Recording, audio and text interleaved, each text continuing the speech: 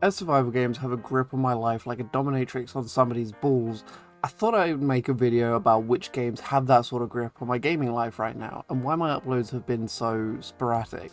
As per usual, let me know in the comments if there's any games you'd think I'd like based off this list, leave a like, follow, and if you want, join us on the Discord server, we're welcoming family.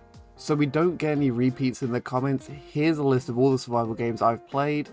They sadly didn't make the video because I've not gone back to them recently, and I wanted the video to be focused on the ones that I have gone back to. Starting with which I think is the chillest out of the whole list and arguably the nicest base building has to be Enshrouded. It takes some of the exploring elements from a single RPG and puts them into a medieval survival game. First off, the map size. I've put 13 hours into the game recently and this is my map at the moment. Look how much left there is to explore. And by no means is that a little, that's about 2,000 meters squared, and each POI has its bits to explore. Sure, there's some parts of the road that are just extensive road with nothing around them, but when it comes down to spacing on the map, I think it has just the right amount of space between each site, so it doesn't prioritize one over another. Now of course, some of the villages can be very rinse repeat, like the camps, but that's just normal in any game, so I don't see it as a negative. With regards to the crafting, I have to say, I don't think I've ever been so overwhelmed by the sheer amount of items in a game and not be able to weed out the items that I need to stockpile on and which I don't. That is by no means a bad thing. There is just that much to craft, and it definitely ties into the class systems. Because not every material is going to be used for each class, and I haven't quite figured out what I want to spec into or what gear suits how I want to play because I'm so early into the game. I've just completely ran out of space. Because I haven't sat down and followed a single quest line or dedicated to doing quests or base building, everything is just all over the place, which is on me for how I've approached the game. One thing that does confuse me is that there are a lot of different crafting tables and characters you interact with. It does overwhelm you a lot. But once you get the hang of it, I'm sure it's not too confusing. Like I mentioned, the classes. Yes, this survival game has classes, and they're all so different that they allow you to play the game how you want. If you want to be a paladin, go be a strong boy for the order. You want to be a mage, go collect your spells and cast fireball. You want to sneak, go be a rogue and get that crit damage. Now, for solo play, I can't really see the class system really being that prominent as I've spec'd into being tanky and efficient at range, so I'm probably going to be at a higher level than needed at every given moment. But I have to say that it's a really good skill tree they have, and I can see this game being a lot of fun with friends if you assemble it as a proper party with quite a bit of diversity. And finally, the base building. I haven't really dabbed too much into this, as you can see from what I've built, but it's an interesting system overall. In the center of your base there's a flame altar which you can level up to give you more space and build and strengthen yourself. You can even use it to respec it if you want to switch up your playing style. The actual build menu is also crazy because there are so many materials that you can build from and different shapes to slap down. You can even come up with some crazy builds. We've got from 4 meter square blocks to some tiny blocks that allow you to add up detail and depth to your build. This one really itches the part of your brain that most games can't scratch, and that's the building castles, towns, and having a medieval fantasy while rounding it off nicely with a great class system. There's something for everyone and you're not locked into a serious or realistic game. No Man's Sky. We all know that No Man's Sky had an extremely rocky start and it didn't live up to what was promised. Now 9 years later, they've over-delivered in the best possible way. I bought it back in 2020, I really enjoyed it, but only played about 40 odd hours. It didn't really grab me like I wanted it to, and I think a lot of it was owed to the fact that I wasn't too sure how to progress and I just focused on base building and collecting cool ships. Coming back in 2025, my mind was blown by how much they've expanded on their core idea. All of the new ships I've been grinding to get and finally getting my footing on the story and understanding everything that's going on really made me happy. While dying in the game can hinder my enjoyment because your gear can break, I thoroughly enjoy every aspect of this game. Starting off with planet exploration. If you're unlucky, you'll spend the best part of 10 to 15 hours finding a paradise planet or a planet that is safe to start a home base on, as there are multiple factors you need to take into account. For example, if there's any extreme weather conditions, if the planet is irradiated, if the Sentinels are aggressive, or if they're observant. Once you've found a good planet, it has to be to your liking. I found so many planets that were perfect temps, no Sentinels, but the terrain generation, or lack of trees, rocks, or even anything worth building on. But hey, that could just be me being picky. I even found a perfect planet that had one issue. It was filled with bubbles. Now you're probably thinking, surely it can't be that bad. No, it wasn't, and I probably could have just ignored the bubbles, but I knew I could do better.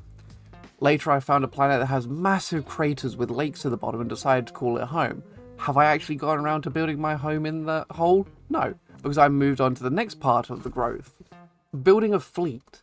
This part is arguably harder than finding a perfect planet. Not only have you got to find the freighter that you like the design of, you then either have to grind to all fuck just to bring its class up, or find one with more storage so you can save yourself that grind of finding freighter bulkheads. Once you have your capital ship, you can start padding out your fleet with frigates. These aren't as important, as all you can do is send them off on expeditions to get more complex materials and credits. Only downside to them really is that they're tedious to maintain. If they get damaged on their expedition, you have to manually go onto them and repair all their broken parts. Now they're not expensive to repair, it's a lot of running around when there's 1 to 5 broken parts on all 25 of your ships you sent out. Once you found the freighter you want and are happy with it, you can even build a massive base on it. This is where the real grind for material starts. With most structures on the freighter costing hundreds of silver, it can take a hot minute to build and bring it together. Mine is only half built, but I'm very happy with what I've made. I've got several layers of plant base, so I don't have to keep going off to planets to find plants to make more of the expensive items. Next on the grind list, you have the spaceships. There are so many different types of ships. You've got the haulers, the fighters, the solars, the interceptors, the living ships, the shuttles, and the exotics. Now obviously some ships are better for different things, but I use whichever I'm feeling at that moment for absolutely everything. If I've got to dogfight in a hauler, so be it. I'm just a humble space trucker with a full shipment of geckweed and I won't hand it over to the authorities. For the most part, I've been using the solar ships while collecting interceptors. There is something about how they just unfold as you go into orbit, and the colours on them are just so cool. I'm curious how far away we are from making these in real life. Lastly, the multi-tools. When hunting these down or anything in No Man's Sky, Reddit is your best friend. Just like the starships, there's loads of different models that, to some extent, they're just cosmetical. Sure, some have more spots for mods and different tech, and I feel like a lot of people who play No Man's Sky in depth are going to slander me for this, but the multi-tool is the least useful thing in the game, because even a lower tier one can do the exact same job. You just won't have as much tech on it. Valheim. Valheim is what I consider to be the Dark Souls of survival games. When I say this, I believe it with every fibre of my being. Not only do you have to level up all of your skills, and I mean all of them, to do anything significant, but the list of skills is extremely extensive. The skills aren't just random either, but they all feed into making your survival more efficient, but also can help you grow stronger. Firstly, I want to talk about the progression. The gear, materials, and story progression are segmented by bosses, and you have to complete them in order to move on to the next lot of items. Usually in a survival game I'd groan and complain, but just from how this game is, I think it's good for pacing, and so you don't just have the best gear before facing the first boss. The bosses also drop loot that can be used to make powerful tools that you need to be able to progress to the next area, so they're grindable. You can challenge them as much as you want. Each time you boot up a new world in this game, it's going to be different. The maps are procedurally generated, meaning there's never going to be 2 maps the same. So maybe sometimes the second boss is on the same island as the first, or 30 minutes away across 2 stretches of water and a different island altogether. When it comes to combat, I struggled as it was very basic. When I say basic, I mean you're not dashing or stun locking things. Usually whatever you're fighting is much larger than you and you will need to dodge. And this is where the Dark Souls aspect comes in. There's no flair to the combat. It's nice, it's simple, but it takes some time getting used to. There's currently a total of 7 bosses, and when I was really gripped by Valheim and had 3 other friends playing, I only got to the 3rd boss, which, thinking about it, I don't even think I beat it. Not that I dropped the game out of boredom, I just genuinely couldn't beat it back then. I do think now I've got more practice with Souls games, I could take on the game and actually beat it, but that's probably a matter for another time. The base building in this game is something I've never seen any other game do, is adding weathering to your base. If it's exposed, you'll need to repair every bit of your house, and on top of that, you need a degree in architecture just to build a solid, nice looking base. Before you mention rust or arc, they're different. In those, you need to slap resources into a specific place to maintain your base. But this is when you have to physically go up and repair all the different parts. On top of fixing your base, you have to make sure that it's structurally sound. You can't just have floating parts or terraces with no support beams. But with all those sort of rules in place, there's something beautiful about making a Viking village without the glowing lights and the extra effects you'd get in other games. The food in the game has a feature that I've not seen many other survival games have. So when you eat or drink something, it will determine how much health, stamina, or health regen you get until you're hungry again. I think it's a feature that more games should take on board because it gives you a reason to find or make different types of food. Zomboid. I've talked about Project Zomboid before and even uploaded a video, so I'm going to try and keep it short and sweet. I still have a few video ideas which I'll get around to doing at some point, but here's my thoughts. This game will always shock me for how deeply immersed I got when I wasn't expecting to enjoy it at all. This game really caught me by surprise with how engaging it was. The detail keeps you on your toes at every moment. Having the ability to change every setting to your liking is also crazy. Another thing that really added to the experience was the modding community. The endless hours that it adds to your playtime from adding maybe one more location blew my mind. Like I said in my last Zomboid video, the little amount we raided was next to nothing compared to the rest of the map. Playing it with friends, even just to keep you company, makes the game all the more enjoyable.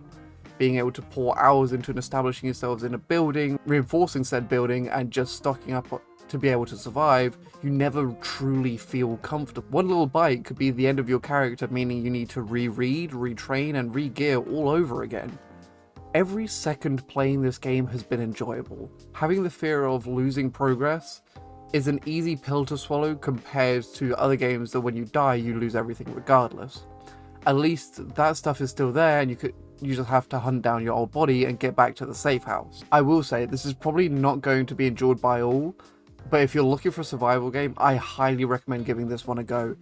If you do give it a go, please take your time and understand that not everything is going to go smoothly in your first 15 lives. It will be frustrating. I think when you add mods to this game, it really makes it ridiculously more entertaining. I don't want that comment to devalue how fun the base game is, but you can add a whole ton of extra content to make it more immersive and fun.